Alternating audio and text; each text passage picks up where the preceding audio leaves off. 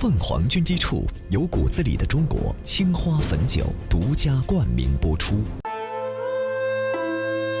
骨子里的血脉，骨子里的文明，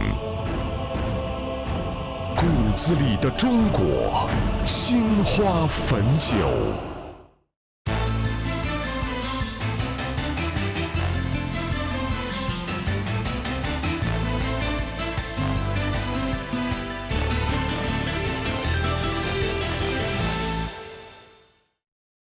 军机处骨子里的中国青花汾酒。那么这期呢，还是王老和力鹏做客咱们这个军机处。我们这个军机处节目呢是每周一期，所以要追这个时效性，就不是时效性很强就算是马后炮了。但是这一周呢，军事上有一个比较有意思的事情就是我看这个新闻报道说，这个中俄两军的这个空军轰炸机在7月23号在日本海和这个东海相关的海域进行了联合巡航。这个事情出来之后，看王老马上写了一篇文章大家可以扫描这个二维码，可以看这篇文章。那么王老这个文章就觉得这次这个中俄两军联合的巡航意义重大您大概给我们说一下您是怎么想的？这个意义主要是战略性的突破。战略性突破呢有这么3点。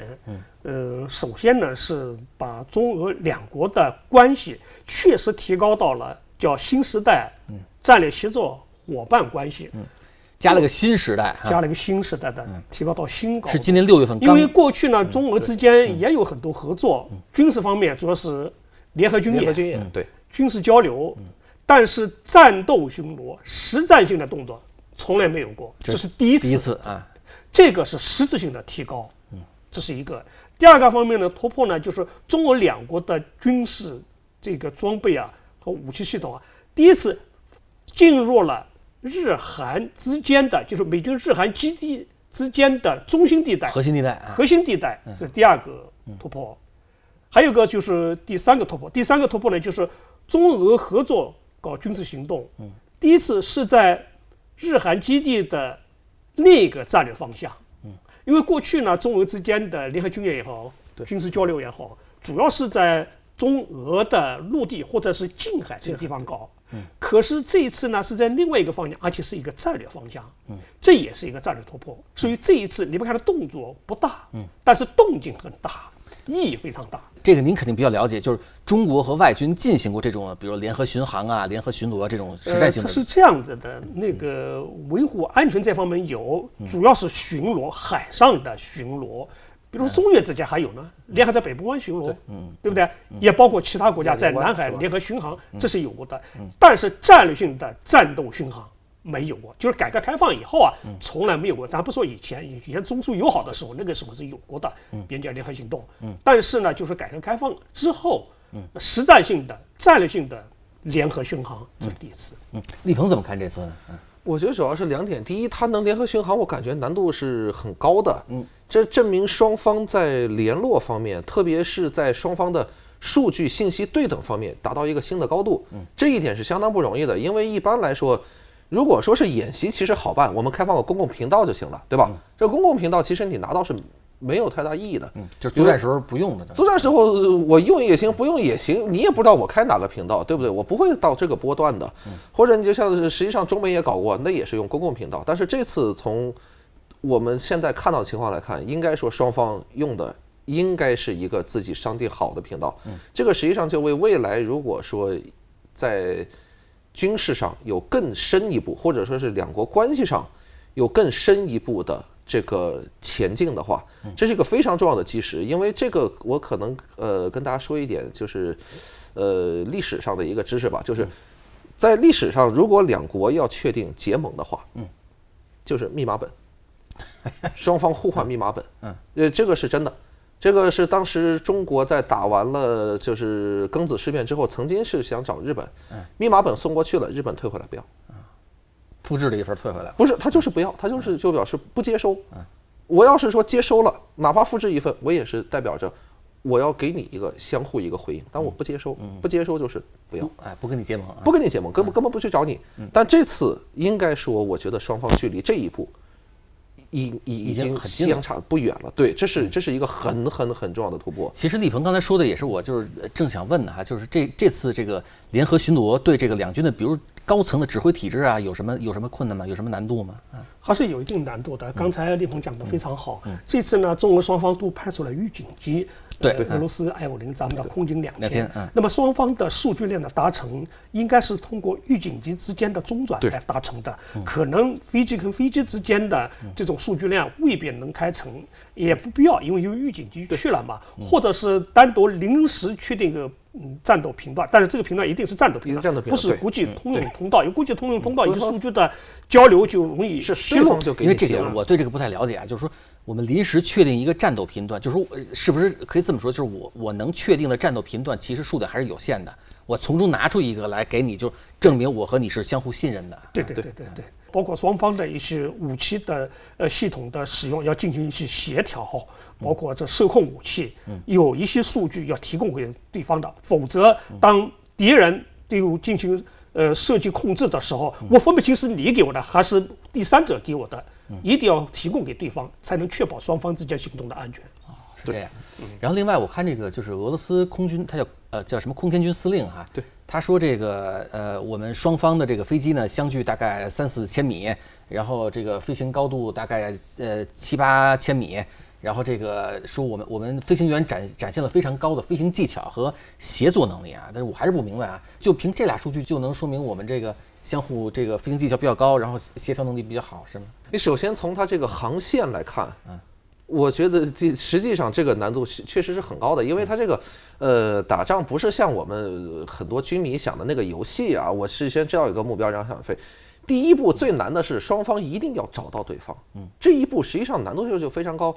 第二一个跟飞其实打个不恰当的比方啊，就好比说咱们跟车，如果说我们两个车是一致的，哪怕这个马路上都没有，我一脚油深，你一脚油浅，我不告诉你，你很难跟住我这个车，对不对？我如果说我快一点，你慢一点，对飞行员来说难度系数更高，因为3-4千米实际上我看你就是一个点，我就是一个小点，我从雷达上显示也就一个点，我想追踪你，你想追踪我，我们俩保持一个基本一致的轨道，甚至说这种已经类似编队飞行了。对于两个没有这个之前没有进行过类似训练的来说，难度系数是非常非常高的。这种编队飞行，而且它飞着飞丢了是吗？或者是始终保持这个队形不容易。保持队形，包括我觉得它中间飞丢了，从那个一些记载来看，我怀疑中间可能是有一定脱节情况，否则不可能韩国去拦截俄罗斯，但他没有谈到拦截中国。哎，你这是待会儿咱们要细说韩国这个事儿，对吧？王老怎么说啊？它是这样子的，实际上呢，编队飞行并不难，难在呢这个地方呢，国际航道呢也不是非常宽裕，因为从这个你像韩国的玉林岛到这个日本的一个岛啊。大概就是100多公里宽，100多公里宽有4架飞机，这4架飞机都是大型飞机，本身就要保持一个间隔。您说的这4架飞机都是轰炸机，就是我们的预警机离它还远啊。对，这样的话呢，就是说经过国际航道，这个国际航道不是一条直线呢，它是曲线呢，保持一个固定航路，你还不能进入人家的比连区，更不要说领海。正常情况下，后来进入那个多岛那是另外一回事，但正常飞行的话，你要避开人家的这个领海比连区，还有其他岛屿你都不能经过。正常情况之下，它难在这个地方编队飞行的时候，你老要机动呢还要保持队形，这个呢有一定的难度。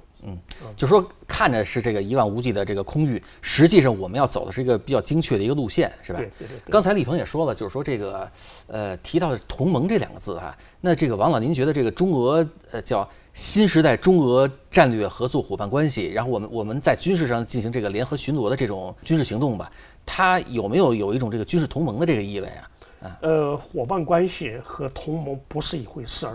差别在哪儿啊？差别就是我们每次的行动，双方互相商量，就是每一次的作战巡航也好，或者其他行动也好，不是有条约规定的。当一方发生问题以后，你必须支持。同盟是一个必须支持的。但是呢，协作伙伴关系呢，就是说某一次任务，我们临时商定一个活动方案，这样子呢，保证互相的安全。条约这个规定同盟之间的关系，当一方受到攻击的时候，不管什么状况，你必须另一方要支持他，包括整个国家你都要支持。像这个是不一样的。就是说，像北约，像这个美日韩，他们是这种。那我们这个就是说，我们要维护这个东北亚地区的稳定，我们商量可能这么做，这个能展示一下中俄力量维护它的稳定，但我不必须这样做。对。比如说你和某一方发生冲突，我不一定要我没有这个责任，用军事手段来帮助你哈。立鹏，你展望一下啊，就是说这个中俄这种实质性的军事活动，未来可能会在哪些方面再继续体现出来呢？我觉得这个应该说非常多，因为现在比如说中俄两国，它其实各自是有战略重心的。比如对我国来说，我们的南海，对吧？我国的这个东海地区，这都是我们的战略重心。那么在这个范围内，所有的海空军协同，双方都有合作的基础。应该是这么讲。另外一个，对于俄罗斯来说，它的重心可能这两个方向相对弱一点，但对他来说，它的中东问题，它的这个北部，它进到北约、北欧那一块这个问题，它有它自己固有的空间。而如果说我们两方的关系能够不断加深的话，就意味着我当然可以邀请你俄罗斯，你看这次就等于他过来到我们一个正好交错地区，东北部地区来转悠一下，对吧？我们双方在这有个构信。那么未来，比如说俄罗斯现在明显是在中东存在力量是很强的，那么我们可不可能，我们现在也在亚丁湾也有我们的势力存在，那么可不可能在这个地区有一些实质性的举动？如果说在印度洋地区我们能有实质性的更强的举动的话，那么这个意义是非常巨大。巨大在哪呢？你等于一步进到美国的后花园了，对吧？这个现在来说，你可以看到一点，世界上所有的美国也好，英国也好，俄罗斯也好，全部在中东有军事基地。哪怕说只给我们提供一个小的补给港，这个意义都很巨大。第二一个就是说，像摩尔曼斯克地区这个地区，我们本来怎么跟我们都是没关系的。如果我们想，哪怕是去拿一点数据，我们去一趟可不可以？我认为是可以的。对未来有没有用，这个不好说。但如果真有用的那天，我们用得上，就是提供一种可能。对，还有一个就是南海。以往来说，美国不一直说南海地区问题要国际化嘛？那国际，我请俄罗斯也来国际，行不行？你说国际，承认你是国，对呀，你不能说你跟你走得近的，你说国际就国际，要国际就是共有共享嘛，对不对？咱们一块儿来看看谁国谁际。如果他进到南海问题，我觉得南海问题可能又有一个新的变化。包括一些，我觉得未来双方在这几个领域可能是一个比较大的一个突破。另外一个就是军工合作领域，现在两国你不能说的肯定是合作是非常密切的，但是未来有没有可能说在此基础上更密切一步？就是说把最新的东西，大家愿不愿意拿出来分享？比如我们中国，我们因为互信已经加强了，所以在一些最新的东西，你比如说俄罗斯它的这个舰艇建造方面，它肯定是存在问题的。它这几年已经4、5千吨级以上的战舰基本上已经造不出来，造出来也是严重怠工。舰艇的发动机好像不太行，它全有问题，它不是发动机的问题，它雷达电子元件也应该也有问题。那要没问题的话，不可能拖到这么久。那么未来在这个领域，如果我们愿意出手，对俄罗斯来说，我觉得提升是非常巨大的。那俄罗斯手里它应该也有一些，比如说材料力学的东西，那这个可能也是我们所需要的。那么这种互信、这种交流，能不能对提升两国的这个基础工业，我觉得不想定义为在国防工业，我觉得叫基础工业比较好。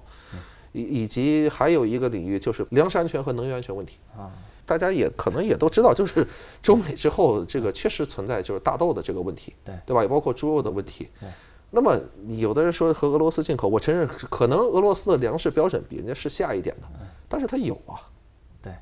整个中亚地区包括能源问题，这个我虽然是农大毕业的，但是我不太清楚，就是说俄罗斯那么寒冷的土地，它也有这个大。它靠近那个中亚那一带是都可以啊，都可以。它整个中亚那一带，你如果说你看中东，你一旦进入中亚地区，那基本上是和江南差不多。尤其像原先它乌克兰、像哈萨克斯坦这个地区，非常非常富饶，值得一去哈，非常非常富饶。那个粮食价格极其低，你现在到俄罗斯去买，它很多东西都是比较便宜的。包括它这个猪肉，它有的时候它不一定是自己产出多少，而是它吃不了那么多嘛，它就愿意给你。包括能源，至少它有这个潜力，它能产出，它能有这个，就和每多一种选择，就意味着我们议价的能力更高。对，这个对国力是有好处的。没错，这样的，尽管这个我们看上去中俄之间的关系加了个新时代3个字，但是意义太不一样了。举个例子，其实，在前些年的某一年，我们曾经邀请俄罗斯到南海来与中国海军进行联合演练，那个俄罗斯没有答应。那个时候的战略协作伙伴关系。我们说你看配合俄罗斯在日本海进行了演习，那么你能不能配合一下到南海来搞个联合演习？俄罗斯没有答应。您觉得他为什么不答应呢？因为在这个地方，他要考虑整个俄罗斯自己的切身利益，一个要这个面临着和越南如何解释的问题，这是一个。第二个，面临着在南海这个地方，树立了一个和美国人对峙的这么一个产生这么一个新的局面。俄罗斯是不愿意，因为在南海这个地方，不能说俄罗斯没有利益，相对来说利益比较小，他不愿意在这个地方分散跟我们联合巡航南海对他来说是收益小，风险高，所以他没有愿意。但是呢，这次确立了新时代这个两国的战略协作伙伴关系以后啊，俄罗斯应该会在这一方面，和中国的关系或者和中国的这种合作的这个动作应该会更多一点，这是可以预见的。另外还有一点就是说，这次这个巡逻的这个空域您怎么看呀？这次巡逻的空域呢，就是一个呢是在朝鲜半岛以东与日本之间的日本海，那么穿过这个朝鲜海峡，应该是从朝鲜海峡的对马海峡南下的，一直到了中国的东海，到了这个宫古海峡的这个口附近，然后再折返原路返回。所谓的俄罗斯的这个飞机，越过了独岛，就是返回的时候越过的，因为他去的时候啊，这时候不要滋生出更多的问题出来，回来的时候再发生这个问题，完了以后他就回去了。日本、韩国想在这个地方对俄罗斯产生一些新的动作，他来不及了，他已经走了，所以他在回来的时候越过了这个地方。这个海域啊，它是非常之大的，包括了整个东海、黄海和日朝，就是日本和朝鲜半岛之间的这个日本海。所以这个牵扯的国家牵扯到中国、日本、美日韩都关注，朝鲜都会涉及到这些国家的。那我就不明白了，为什么就像您说的这个日韩都比较敏感的地区哈，那为什么这次韩国这么火呀？韩国这个战争来说，这个韩国派出这个战斗机升空，还打了这个红外干扰弹，2次打了360发机枪弹啊，就可能是翻译的问题，应该是航炮弹。对，为什么韩国这次这么火呢？我觉得首先还是踩到独岛问题了呗。就韩国称独岛，日本称主岛，这个问题对韩国来说其实是个非常非常敏感的问题。而且第二一个，我觉得可能还跟苏援交的问题有关。我觉得这个问题就是对韩国来说，他这个行动其实做给日本看的，就是说这个地方就是我的，我去执法。俄罗斯来了，我敢，寸步不让，我敢。所以这事儿完了以后，日本就很生气嘛。那现在美国都已经说了嘛，他说你这个要打也是我打呀，轮不到你打，你怎么在那瞎开火呢？是吧？下次再有这机会，你把机会给我。我觉得他其实表面上看这个行动，他是对俄罗斯的，实际上他是韩国的主要，他还是对着日本，还是宣示这个，还是宣示主权。他认为这个比较敏感。其实你其他地区可能进去，我觉得他也未必有这么强烈的反应，直接甚至是。即使开干扰弹的话，其实这个在空中也是非常令人感到这个也是一种很强的挑衅行动。关键还是面对的是俄罗斯，对，也不是中国渔民了。这回，王老您怎么看这个？为什么韩国要跳出来啊？首先说呢，俄罗斯这次越过独岛的这个动作非常巧妙，它可以起到一石三鸟的作用。第一个呢，测试一下美韩共同防御条约对俄罗斯针对的程度究竟怎么样。因为美韩共同条约的话呢，已经制定了几十年了。那么原来主要是针对原苏联的冷战时期。那么这一点呢，现在还有，但是呢，美国一旦遇到这个问题，它触动倍率到什么程度？通过测试来看，试一下。美国并没有做出过多的反应，包括他的国防部门的这个发言人也没有对这个做出新的表态，这是第一个。第二个呢？挑拨一下日韩的关系，这很巧妙，弄了两个是这个非常恼火，同一体系下的，对啊，增加了他们两个本来就是因为那个其他问题两个矛盾比较深刻，现在这是第二个方面。第三个呢，就是通过这个行动，也巧妙的告诉日本，你看你们有争议的岛屿，我都敢越过，更不要说北方四岛了，那是我掌握在手上的，你不要对这个抱有什么任何幻想，想都别想，想都别想了。所以俄罗斯做的是非常巧妙。那么对于韩国来讲呢，确实因为他认为独岛是我的，越过我的领空，那么肯定就侵犯我的主权了。所以呢，他的战机 F-15K 啊，发射了就红外干扰弹。至于炮这个事情，我觉得韩国做的有点愚蠢，因为对俄罗斯的突击物来讲，你打再多的航炮，我的飞行员我是听不见的，更看不见了。因为航炮可能有点火花，但是我一个轰炸机在那么远的距离上，我怎么能看到你这个火花呢？根本看不见。就是个点嘛。所以你说打了80发炮弹也好，280发的炮弹也好，俄罗斯一概否认说没有，对，没有发生。俄罗斯空军的这个就当没有发生嘛，人家你没有用嘛。俄罗斯空军司令就说这个韩国没有开火，说那个否则我们俄罗斯的那个飞行员会如果受到威胁会做出相应的反应。那您的意思还是韩国还是开火了？我认为韩国应该是开火了，因为这个图95呢后面有一个射击员，射击员是瞄准后面的，对，他用眼光，如果注意观察呢，从这个一般道理来讲是可以看见，但是在远距离加上再有云的话，对航炮的那个发射啊，它是很难看见的。它不像发射导弹，发射导弹一个尾焰拉得很长，有可能能发现，但是对炮。它是发现不了的，因为炮对它的空中距离没多远啊，1-2公里到头了，几千米嘛，2000米最有效，最多4000米，它的安全距离应该是超过4000米，它更不可能发现那个炮弹，是更不可能发现了。对，所以呢，俄罗斯把它否认了，这个韩国呢非常的证明我发射炮了，这个是不好解释的一件事。这个因为您以前也做过这个就是飞机的领航员哈，能不能说这个韩国飞行员这么做不太专业哈？非常不专业，做了个无效的动作，而且呢，把双方呢处在置于一种危险的境地，所以这一点是很不专业的。打那个红外干扰弹，这还相对来说比较专业的，因为红外干扰弹不可能目标比较明显，这个产生危险，而且呢，对方能够看见，而且对方呢，即使眼睛看不见，它的雷达也能发现，所以打红外干扰弹还是可以的。刚才这个王老和李鹏啊分析了这个咱们这次巡航这个地点的这个。巧妙之处哈，但是作为这个图95啊和这个，特别是咱们这个轰流 K， 咱们这个轰炸机飞到这个位置上，比如说战时啊飞到这儿能干什么？另外一点就是说战时咱这个轰炸机能飞到这个位置吗？所以说从这个角度来说，是不是还是我们这次象征性意义大一点？既有实际意义，也有象征意义。轰流 K 也好，图95也好，它的这个作战半径绝对没有问题的。轰流 K 应该我们作战半径在3000公里以上，那么到对马海峡以及日本海这个地方，那是一点问题没有的。从实战意义上来讲，因为轰流 K 可以加载这个巡航导弹，巡航导弹本身打击距离可以就起码是1500公里吧，以上吧。对日本海方向这个有些目标，可能在我们黄海、东海你是够不上的，但是呢，经过对马海峡以后就可以够上了。那么这是因为在平时。如果在战时，如果和其他国家，如果是有合作的话，也可以经过其他国家的领土上空到日本海，参加作战行动。因为平时嘛就不方便越过别的国家的领空，所以它这个从作战半径来讲是没问题，从作战使用来讲是有价值的。图95就更不用说了，图95可以携带核武器。对。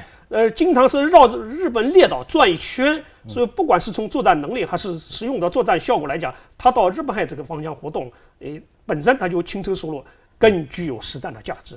是这样啊，这次这个事件让我对这个韩军真是刮目相看，因为就是韩军啊，不管怎么说，再业余也好，敢向俄罗斯的这个军机开火，我觉得还是挺牛的哈。我有一个朋友呢是做这个军事翻译的，他呢曾经陪同过这个俄罗斯的这个军方的高层哈。有一次我发这个微信朋友圈，我说我买了一个粽子，我没看这粽子实际买回家要煮熟了再吃，我以为买回来直接吃，我就直接把它吃下去了，然后吃完之后很害怕，结果我这个朋友就说没关系，说那个他曾经陪这个俄军高官啊在来华访问的时候，这个俄罗斯人没见过粽子，连皮儿全吃下去了，也没事儿哈。咱们聊下一个话题。昨天这个中国呀发射了第一枚这个民营的这个商业卫星哈。我们知道，其实像美国这个发射民营卫星应该是，很普遍的一个事情了。那么对于中国来说还是第一次。对，立鹏怎么看这个事情呢？因为我确实查了下这个数据啊，当然实话说啊，这颗本身呢，还是火箭呢，还是有一点小问题的。就第一，它的运载能力并不强，是260公斤。第二一个呢，它采用固体发射形式，这个呢，我觉得以固体为主，就证明它现在发射的呢，可能就是至少从这枚来说，它的运载能力还是受相对应该说限制比较大的。你至少和现在主流的这个，无论是商业也好，无论是这个一些军用和国家用的这个航空运载来说，它都是差距比较大的。当然，我觉得这次成功本身也是很不容易的，因为中国已经连续失败。对，到这个公司，它这次首次发射升空，我看的它的资料是依托那个北理。北理工，北理工对，包括他带的那个东西也是北理工的搞的那个小的那个卫星，所以我觉得可能它的试验性质和这个依托的这个是比较好的，因为北理传统就是给我军是也搞这个的嘛，他自己的科研队伍和科研实力都是够的，所以这次北理工和航天科工好像是两家，对，所以它依托的比较好，它自身呢也有一定专业性，这次以采用一个比较保守的这么一个发射方式来进行这次商业发射，也取得了成功。我觉得呢，还是应该祝贺人家。首先是要祝贺人家，第二一个我觉得呢，它可能是一个，就是在这个节骨眼上，成功是最关键的，对吧？你给了我们大家信心，因为从商业嘛是这样的，你不能老失败，这个领域就做死了。会不会就是从此走出一条这个中国这个航天的一条新路呢？您觉得？一定会是这样子的。实际上呢，我们的这个军用发射肯定是以国家队为主，对。但是呢，商业发射呢，这小型卫星的市场啊，民营企业还是有一定竞争力的，因为它的成本比较低。从成本的这个核算来看，你像利用咱们的体制内的那些发射单位发射，大概要3万美元到5万美元，1公斤，这么来这个维持这个成本。可是民营企业呢，它大概是2-3万美元1公斤，这样呢可以节省大量的成本，这是一个。为什么民营航天发射要成本低呢？应该是这个国家队的成本低啊。不，国家队的投入大呀。国家队从科研的成本来看，从整个队伍来看，因为它的队伍庞大呀，从研制、生产、发射到这个控制，一套系统全部运维起来，那成本是非常之大的。而且呢，国家队它投入的成本是研制，既有一些国家这个民用的一些东西，也有军用的一些卫星和发射，所以它的投入是非常之大的。民营企业一个是成本低，第二个它融资来讲呢，相对来说比较容易。有些民营的投资企业，像投入到你的航天科工、航天科技，这个中国航天这些系统，它相对来说那个融资不是那么容易的，它得从国家的那些国家队的那些银行里面去融资去。可是民营企业很多，它有资本很多充足，它投入不到那些军用市场去，可是投入到它这有这么一个10几个、20几个，大家一块投入的话，对于一次商业发射，相对来说成本低，它投入又低，然后呢，对他来讲，它的效益还高，所以它就是这样有优势了。比如说啊，您要是手握几十个亿的大老板，您敢投这种民营的航天的公司吗？肯定会敢的，因为它总的投入并没有你想象的那么大。不是，我认为它是不是风险比较高啊？民营做这块，商业嘛就是这样，风险高，利润高，利润大，风险就高，这是一样的。不是，我觉得是这样，因为王老说的是一个方面，我自己也稍微知道一点啊。因为从西方的标准，咱们从国外的这个外企的标准，老外他也有国家队和民营队，他为什么他还要做民营队？就包括马斯克，马斯克其实还是其中一个，还有小队呢。那人家为什么要做？目标其实就是一个。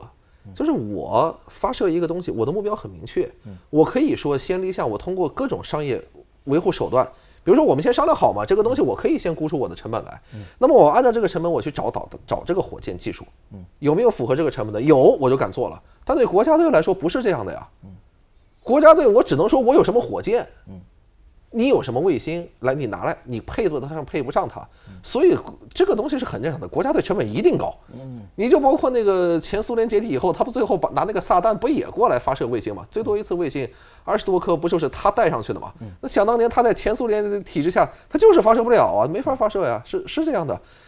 一到解体之后，他反倒能发射了，一民营之后价格就很便宜了。后来人说，那你看带了多少欧洲的这个卫星上去。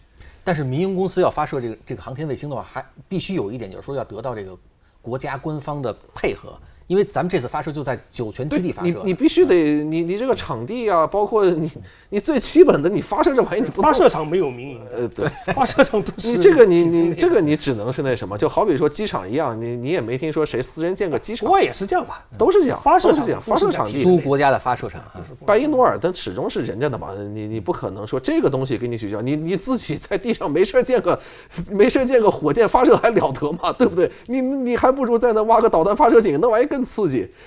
其实就是建一个真正的这个叫火箭发射的这么一个设施，工程量是巨大的。因为当时这个神5上天之后呢，我们去这个咱们世界军事去这个酒泉采访，就在酒泉这个基地。我当时印象特别深的是，就是说这个我们看这火箭发射是在平地发射，其实呢就是说这个火箭发射这个塔下面是一个特别深的一个叫导流槽，这个导流槽大概得有10几层楼那么深。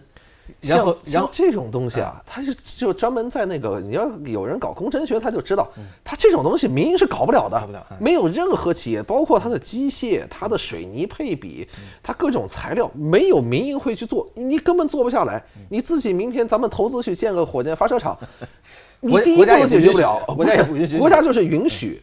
成本你受不了，这种在经济上有专门的词叫自然垄断，对，就是你投入的成本太高了，你包括民营很多做不了。你看，只要是大土木，只要是大型的，比如水电站工程、电网、民企一般不碰，碰了你回不来本，就你的成本收益高。所以就是说，这个民营的航空公司吧，应该对，一定要和这个国家合作。那么这次这个咱们第一颗这个民间卫星发射成功，实际上就是说这个为中国的军民融合走出了一条新路。立鹏是这样，我知道你对这个太空比较感兴趣啊。这次这个民间卫星的发射，对咱们国家这个太空能力啊、太空战有什么意义吗？对，这个咱们当年还在世界军事的时候，我当时写过那个就是美国太空战的一个简单分析。从美国太空战，它每年是要有演习的，叫那个施里夫演习。施里夫演习现在已经到第9、第10次了。从第6次开始，它的特征是什么呢？就是美国已经搞明白一点，未来这个太空中的卫星都是会被打掉的。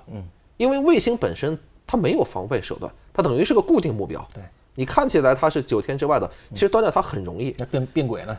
你稍微变回轨根本没用，你变轨快还是导弹变轨快，对不对？尤其瘫痪一国，比如说像 GPS， 它要多少这个卫星量才能覆盖得住啊？对。那美国当时想明白一件事，就是说，如果未来发生太空战，我一定要调动军民2个力。就是民用要依托他的手段，帮我发射。这个有点像什么呢？他认为未来太空战就像当年大西洋海战一样，民船是吧？民船对，大西洋海战真正打赢的不光是英国的那点那个，他这个护航舰艇、护航编队，包括他飞机，核心是民用舰只，核心是一支巨大无比的商业舰只。如果未来美国他为什么他拼了去资助那个猎鹰计划、猎鹰 X 计划，也是为了这个。如果我未来我能扶持起一个大的企业，未来能做到一定的都在我手里，甚至全世界的发射都在我手里，因为全世界商业发射不一定各国都有能力。比如像我们今天说的，这个以色列要找俄罗斯发射它的卫星，沙特要请这个俄罗斯帮他把他飞行员发射上去，这都是很正常的。那我美国应该是感受这个变化。今年年初开始，中美2国在发射这个数量上已经咬得很死了。那么如果说下一阶段中国希望提升能力，我觉得民用是个非常重要的点。我大卫星发不上去，我发小卫星吧，反正不管怎么说，有比没有强嘛。它可能第1颗这样的，如果它发到第4颗，我觉得它能力提升应该也是挺快的。到时候可能这个东西会更值得我们期待。所以这个就是这次发射成功的一个意义。对，我认为从商业上和未来国防上，我个人的感觉是这样。那么这期节目也差不多了，这个骨子里的中国清华汾酒本期军机处就到这里。